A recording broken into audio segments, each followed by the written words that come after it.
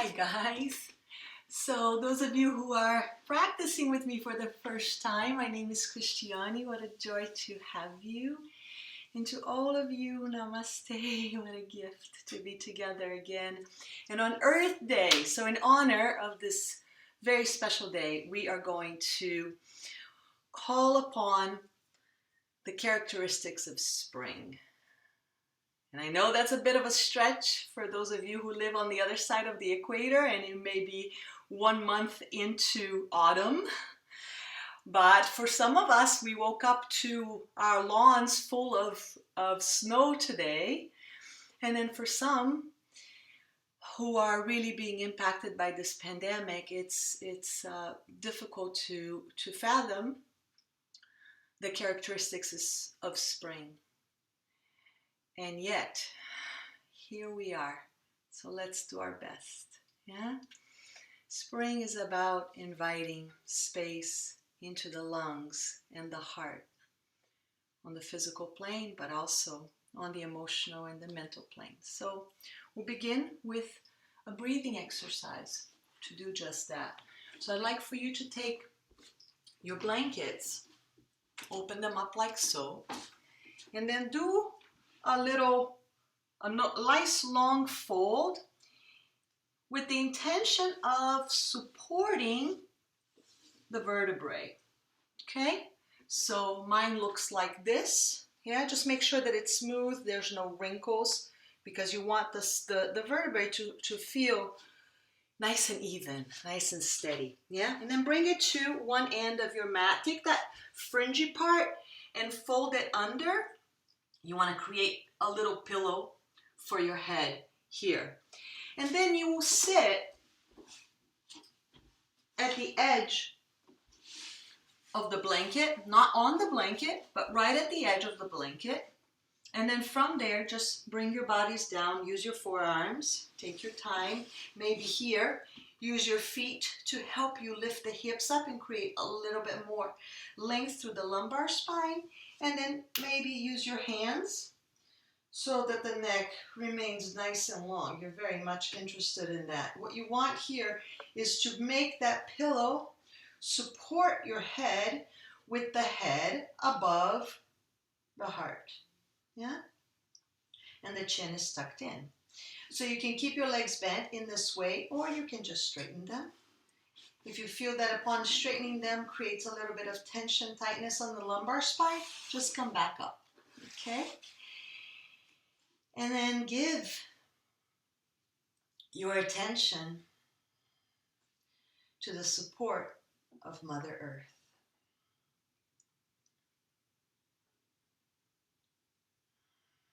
Mother Earth has been cleansing a lot lately, right?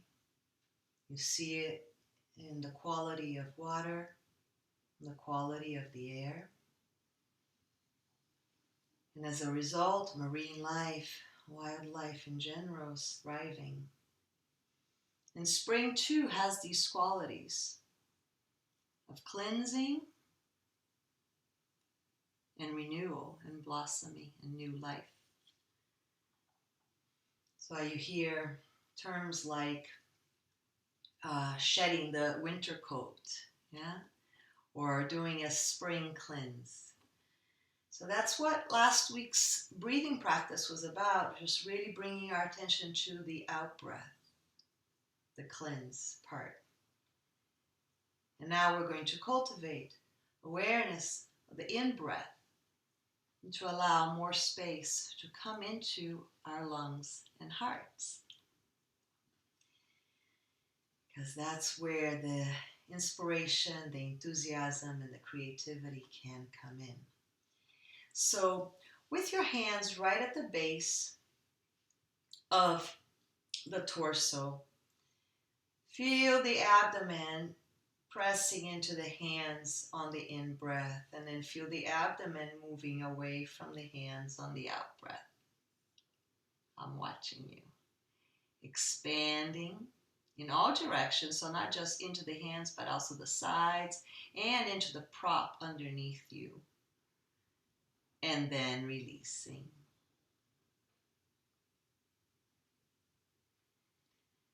This is a wonderful technique for when you feel anxiety, nervousness, just to bring attention to the low part of the torso and feel the movement of prana, of life force there at the base. Has a very grounding quality. And then I'm going to invite you to bring your hands out to the sides of the ribs, the lower ribs. And again, feel the ribs expand into your hands in your next in-breath. And then feel the ribs move away on the out-breath. Feel that expansion on the in-breath. And the release on the out-breath. So the lung is here to help you cleanse, and to help you renew.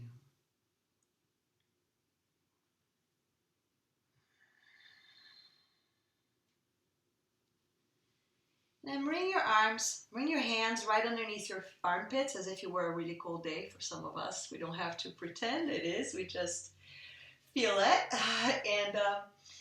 And then with your hands there, on the next in-breath, again, feel that expansion into your hands. So the upper ribs, the sides of the chest. And then also feel it in the back of the prop, yeah? So expanding in all directions and then retreating away on the out-breath. Expanding as you inhale in all directions. And retreating.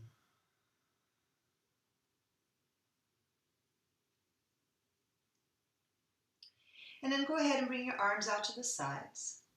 You can just revisit this exploration of these three parts of the breath as we just did. But if you want to take it a little bit further, I'm going to walk you through a pranayama practice called Viloma 1. So you are causing a few interruptions in each of these aspects of the breath as a way to create the opportunity for a deeper breath. So we're going to empty out the breath completely, starting at the base. And then we're going to inhale from the base, abdomen. And then we're going to take a slight pause here. And then we're going to take another sip of air through that second part, the side ribs. And again, we'll pause. And then one final sip of breath, filling up the lungs completely. The sternum rises, the chest opens. And then notice how at the very top, the abdomen begins to release. And then that's where you take your out breath all at once from the base. And let's just take a few normal breaths here. What happens often is as you take on this practice of pranayama, you put in a lot of effort and you begin to strain with the breath, but that's not the intention. Yeah, so you just go right back to natural breathing, and then practice makes better, as my sweetheart says. So go ahead and give that one more try. So it just either just in and out to each part, as we did in the beginning, with the hands even, or doing the one sip of air, pausing, another sip of air, pausing, and then the final sip of air, pausing, and then exhaling all at once from the bottom. Okay? So here we go. Exhale completely, empty out all the air from the torso. And then inhale at the base. Sip it in, not completely, just partial. Pause briefly. Inhale the second half. Side ribs expand, expanding into the prop as well. Pause there. And then the last in-breath. As the sternum rises, the chest rises. Pause there. The abdomen releases and you empty out the breath.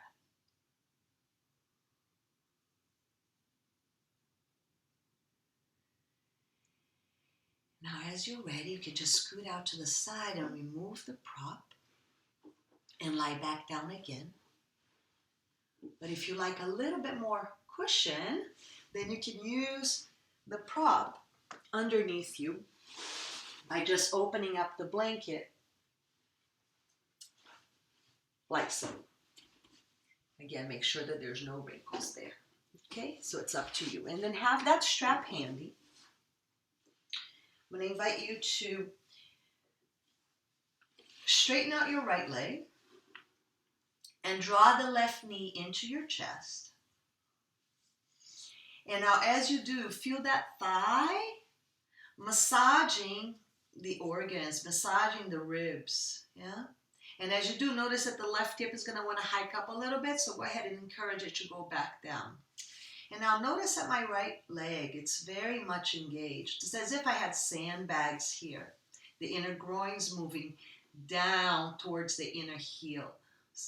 The toes are open as if I'm standing in Tadasana. This is like Supta Tadasana, half of it, yeah? And just breathe like so. Continuing to draw that left knee into the chest. And then from here, some of you, especially if you don't have a strap and the hamstrings are a little bit tight, will be happy just coming into our next pose in this way. Or maybe even you want to bend that bottom leg so you have a little bit more space. Yeah? But most of us, especially if we have a strap with a loop, we want to place that loop right at the ball of the foot. And then take a hold of the loop like so. So no strain on your wrist, no strain on your shoulder, the arm is straight. And using this prop to assist you in engaging the back of the leg. So from the foot, from the arch of the foot, the back of the foot, all throughout the back of the leg, you are lengthening and expanding, opening. And this will make the lumbar really happy, yeah? And we need the lumbar happy in order to create space in the heart, in order to go into the back bends. So if you feel that you're beginning to bend the elbow, then you want to tighten it up a little bit more. But if on the other hand, you feel that you're beginning to have to strain through the upper body, give yourselves more loop. Yeah? So that's the nice gift about this. And if you don't have a strap that looks like this and you just have a scarf or something like that, just work it in this way. But it is important that you keep the jaw relaxed, the eyes soft, the neck free, the shoulders down, so that you can put all of your attention in where it's needed. So these muscles engage, unless the leg is bent, which is absolutely fine, so that you can allow for the opening of the back of the leg. Yeah? So wherever you are, find both hips, square them, send them towards the end of your mat. And on the next out breath, see if you can extend that leg up and maybe even in a little bit more. Some of you may even grab a hold of the big toe. Supta Paragustasana is the name of this pose. And then go ahead and bring it back and down. And before we switch sides, I want you just to experience the effects of what you just did. You may find that that left leg is more grounded now, yeah? And you want that kind of stability at your base, very much so, especially if you're going to create space for the heart and the lungs. So let's go ahead and bring the right leg in this time. Same idea here, of course, as we want to extend that bottom leg as if in Supta Tadasana, right? As if we're standing in your mountain pose with the foot flexed, and then really draw that right thigh in, like massaging those organs, sides of the lungs, stimulating things on the inside. So good. So keep drawing in, but you're drawing in without straining the neck, without straining the face. And then from here, Again, if your hands were here, begin to straighten out the leg. Maybe you need to use the strap in this way because the hands don't quite clasp enough, yeah? So that's fine as well. Wherever you are, the idea is to continue to engage the leg, engage the muscle of the leg, and lift from there.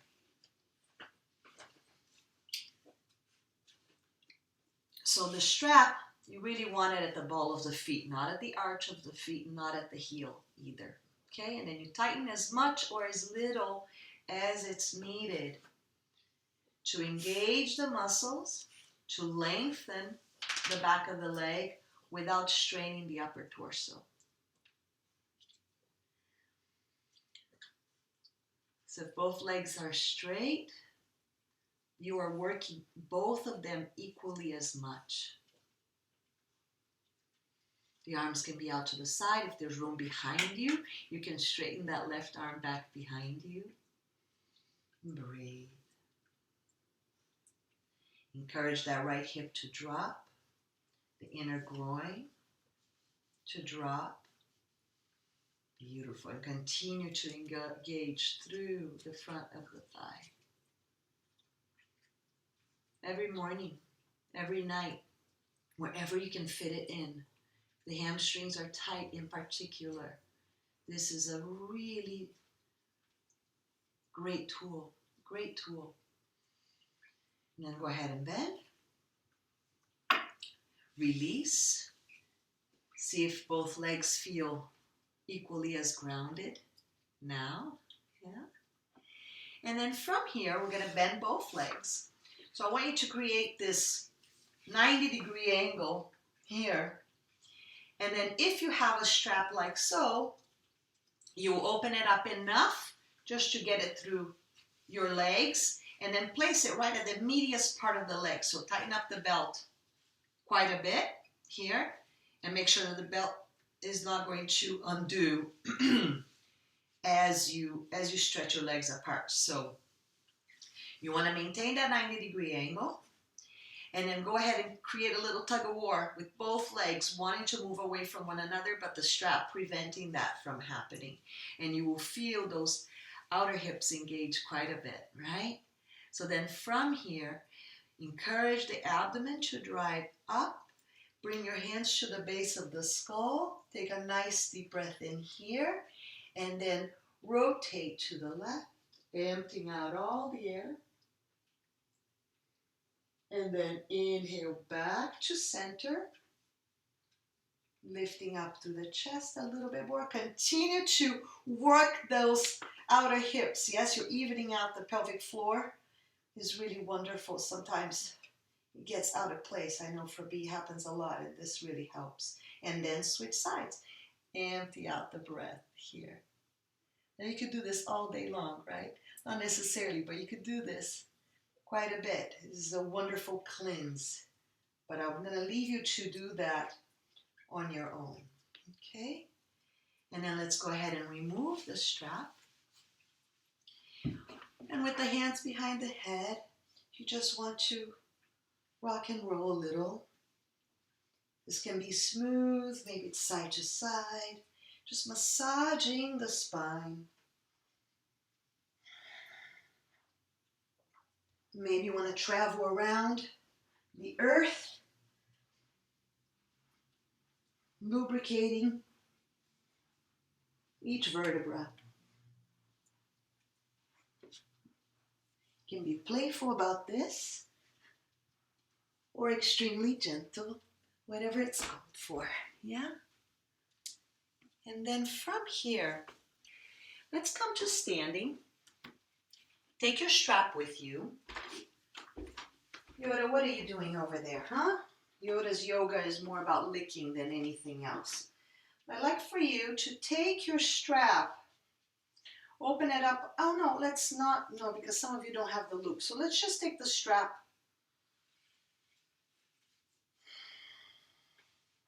like so, yeah? So bring it right in front of you. Oh, I have to face the sun. This is just such a gift. Right in front of you, the daffodils are still there with all the snow we had. So your hands are in alignment with your shoulders, yeah, and you do like a little, again, that little tug of war, the hands want to come apart, but the strap won't let it. But then take the shoulders down and away from one another. So the tops of the shoulders down and away from one another, opening up through the collarbones, yeah. And then from here, go ahead and bring it back behind you. I'm going to enjoy the sunshine again. Hopefully you get to enjoy some sunshine soon again too. So then I want you to once more broaden the shoulders away from one another. And then note that the tips of the shoulders draw in towards the thoracic spine, but keep that length of the abdomen, the length of the abdomen to support the lumbar spine, yeah? So lifting through the abdomen as you broaden through the shoulders, tops of the shoulders, and move the tips towards one another. And if it's there for you to walk your hands a little bit further back, that's wonderful. You may even clasp the hands together. That's great too. But if you feel that this happens, then it's best to take a strap and have a little bit more room, because you're very much interested in broadening through the tops of the shoulders and bringing the tips of the shoulders towards one another. So this is another thing that you definitely want to have at your desk, because the movement of typing, right, is just the opposite of that. So just to do that every so often is so helpful. So now I'm going to start to bring that into a little bit more of a cleansing action. So we're going to do some rotations now, but keeping in mind the broadening of the shoulders, bringing the tips of the shoulders towards one another. So let's go ahead and come onto our knees right at the very end of the mat. And let's take the left knee forward, as far forward as you can, so about this much distance. Placing both hands down. Take a nice deep breath in here, lifting and lengthening through the entirety of the spine. And then plugging that right shoulder in, take that left arm back and come into your first rotation. So then here, the right shoulder's plugged in, it's driving back. The tip of that shoulder is assisting in opening the lungs and the heart. So the upper chest is open here. Empty out the breath completely. And then inhale back down. And let's do the same thing on the second side. That left leg steps back. And that right leg moves forward.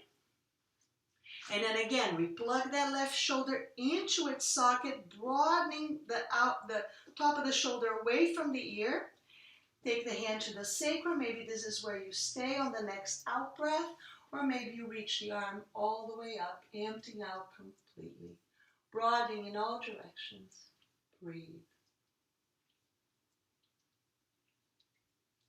And then inhale your way back down. Now some of you will want to repeat this once more, just taking that leg back and the first leg forward. Some of you will want to bring it a little bit further by bringing that left leg to the outside of the left hand and then stepping that right arm out a little bit further. Now from here, plug that right shoulder in again and then move into your rotation. So this rotation, all rotation requires that the spine be long, and then you revolve around that, emptying out the breath. Collarbones wide, tops of the shoulders driving back, tips of the shoulders into the thoracic spine. And then bringing it back down. And again, coming back on that second side as you did before, or taking it one step further, bringing the arm out, taking a nice deep breath in here, plugging that shoulder in, engaging, and then exhale, open. So there's that length of the spine, and then the rotation on the out breath. Exhale, exhale, exhale. Inhale back down. And we're going to do this once more. So again, just taking the knee forward and going into the twist, bringing the leg out to the side and the arm out, Or this time, if you wish, engage in that back leg as well on the next in-breath. Really engage in the leg through the inseam of the leg to the inside of that heel, and then opening up. So that right shoulder really needs to be plugged in here so that there's no strain. And then on the next in-breath, come on in. And step it back. And then switch. Again, just this part, or straightening out the back leg and rotating. Collarbones are wide, tops of the shoulders moving away from the midline, tip of the shoulder moving into the thoracic spine, opening the heart. And then inhale your way back. And take just a little moment of a release of a child's pose here.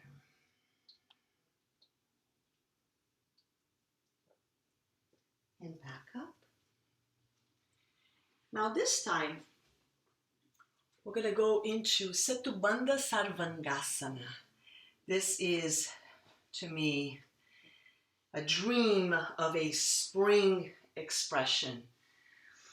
Sarvangasana alone is the queen of all poses, shoulder stand. This one is just what often was called bridge. Those of you who are not very familiar with Setubandha Sarvangasana, watch me first. You can watch if you have your device up high. You can watch me from this more restorative place of opening the heart right here, where definitely you have the broadening of the collarbones, the tops of the shoulders moving away from the center, and the tips of the shoulders moving towards the thoracic spine. And some of you may just want to stay here throughout the whole pose, yeah? But definitely watch the first time around so that you don't strain your neck by trying to look and see what it is that I'm doing. Okay, so just watch. So for this pose, I'm going to have my head on the ground. In fact, this pose is really not used. The blanket, the prop is not used in this pose at all, but I like to use it because it gives me more of a stretch for the neck and more of a lift for the thoracic spine, which is definitely what I'm after. So it's a wonderful prop to use, but it has to be used in the proper way. The head is on the ground and the tops of the shoulders are well onto the prop, okay, for the pose that we're doing. Keep the strap handy. You may want to use it. And then from here, just watch. I am going to pretend there's a string, lifting my navel up, bringing those hips up high, and then from there I'm going to lift up to the chest, walk the shoulder in, lift up to the chest, walk the shoulder in. I'll grab a hold of the strap underneath me and do that same little tug of war that we did just before, lifting the heels up just to give me a little bit more of a lift, and I pull and push, I lengthen my neck, I lift through my chest, I lengthen my neck and I lift through my chest, and I send my navel up and the tailbone towards the knees. And then from here, I'm going to bring my heels down just so that I can take those outer hips up a lot more and drop down through the inner groin and the inner heels. And then when I'm satisfied with the pose, you could stay here for a long time, but when you've grown enough into the pose and you're satisfied, bring the heels back up so that you can come down one vertebrae at a time, keeping that nice, great length that you created. Okay? So let's do it together now. So, but maybe you don't want to. Maybe you just want to stay right here in the more restorative version. You're still getting the benefits of opening the heart and lungs and welcoming spring. Yeah, so this is where you can stay. But if you are going into the pose, scoot yourself down. The head is resting on the ground, the neck lengthens, and then from the navel, pick the hips up. Pick the gluteus up. Send the tail towards your knees. And maybe bring your heels up to give yourselves a little bit more space to walk those shoulders in. Taking the strap is lovely. If you don't have a strap, another thing that works quite well is just to grab the edges of your mat and pull. Pull on them like so. Good. So there's a length in the neck. So lift up through the sternum, lift up through the sternum, lift up through the sternum. Bring the heels down. If they were up, the outer hips come up. The inner groins move down. The inner heels move down. Breathe. You're really working the front of the thighs a lot here. And you're sending that sternum up, up, up, up, up. And the navel up, up, up. And the tail towards your knees. And then bring the heels back up so that we can come down one vertebrae at a time.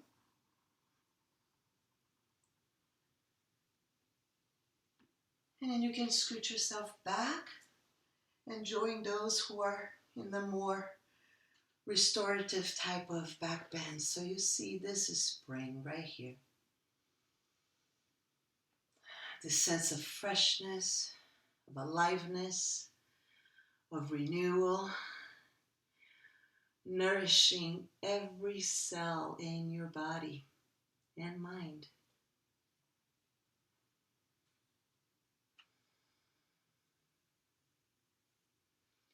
And when you're ready to come out of that, roll onto the side, take a moment, and bring yourselves up. You can bring the prop to the side. You can come back into your hands and knees. Take your left knee forward. Walk the left foot in and step that right leg back for Ekapada Raja Kapotasana, half pigeon pose. Yeah? For those of you who find this not to be accessible to you, no problem. You can do it right from here. Yeah? Wherever you are working on releasing those hips. One beautiful way to do this is to keep that back leg really engaged, yeah, especially if you're in this prone position, really engaged, even as you take it back down. Keep it alive and well. If there's too much room between the hip and the ground, and you feel uneven through your hips, you can use this prop, right? The abdomen is lifting up.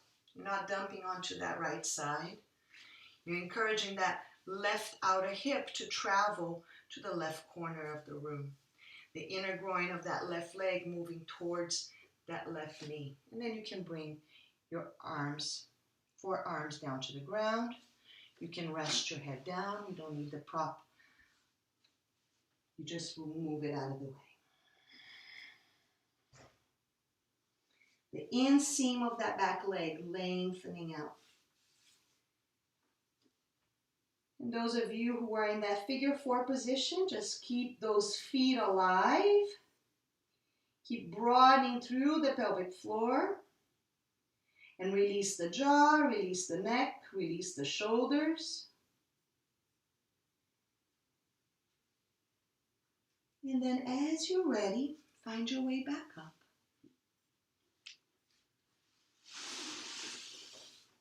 And draw the opposite knee in. Draw that foot out to the side. And find your way back.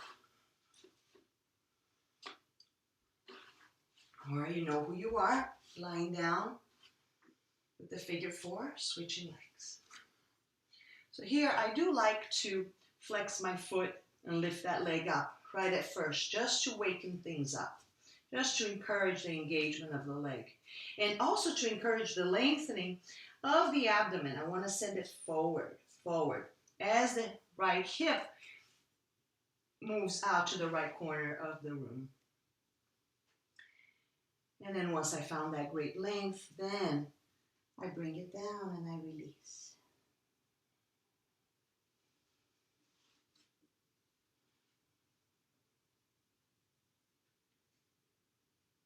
So we shed the winter coat so that we can begin to welcome a sense of newness, of possibilities, of wonder into our daily lives. And in this way, inspire, support those who feel so unstable at this time. It's a great privilege.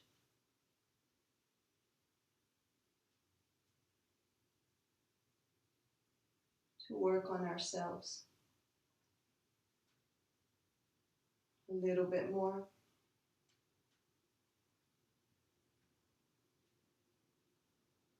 Each day. Not from a place of criticism, from a place of responsibility. Take that back leg in.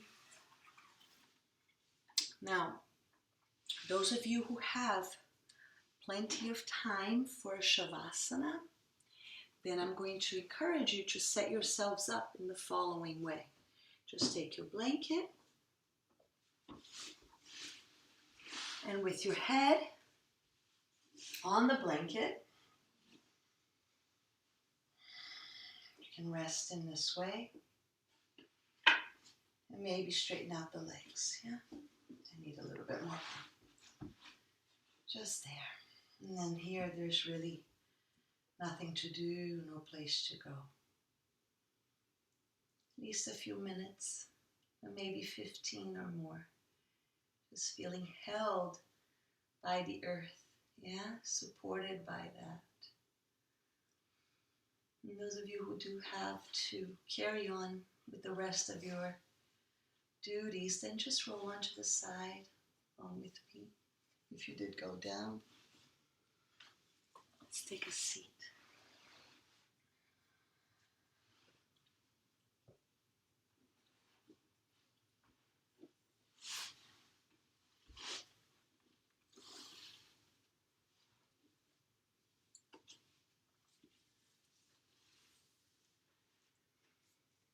So last week I shared this beautiful quote from Yogananda about cultivating a garden in the mind, one that blooms in the soil of great wisdom. And what he shared there was that the ingredient to this is to make life simple. So I am going to send this wish out to you, to our earth, all the inhabitants in our earth, that we become more present to our actions so that we can discard the non-essentials and nurture those things that are essential to us.